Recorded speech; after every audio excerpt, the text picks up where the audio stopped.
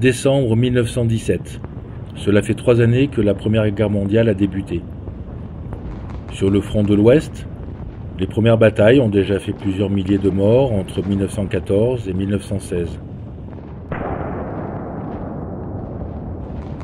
Cette dernière année sera la plus meurtrière du conflit, à cause notamment des terribles batailles de Verdun, 700 000 morts, et de la Somme, 1,2 million de morts. L'année 1917 sera difficile également puisqu'elle verra la bataille du Chemin des Dames emporter plus de 180 000 âmes de soldats français. 1917 est également marqué par plusieurs mutineries de poilus qui n'en peuvent plus de servir de chair à canon. Elles seront sévèrement réprimandées par l'état-major français puisque 740 soldats seront fusillés pour l'exemple. 1917, c'est aussi l'année durant laquelle d'importants renforts doivent être envoyés par l'armée française dans le nord de l'Italie, et notamment à Caporetto, où les Alliés remporteront une importante victoire.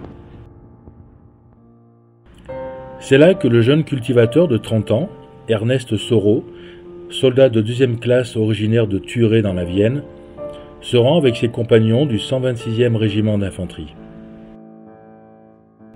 Le 10 décembre 1917, il obtient une permission pour passer Noël auprès de son épouse Eugénie et de sa fille Yvette, alors âgée de 5 ans.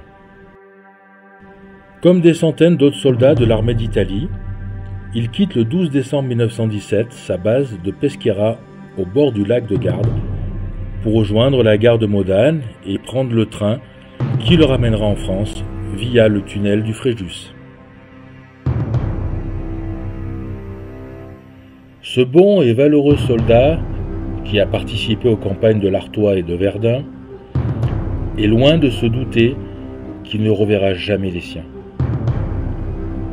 puisqu'il est monté sans le savoir dans le train de l'enfer.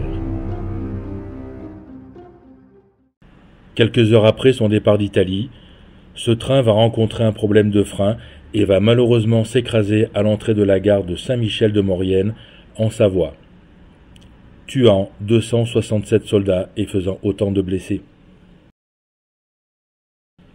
Comme pour près de 300 autres de ses compagnons de voyage, le destin d'Ernest Soro se brise après avoir subi 3 années dans l'enfer des tranchées, ce 12 décembre 1917 à Saint-Michel-de-Maurienne.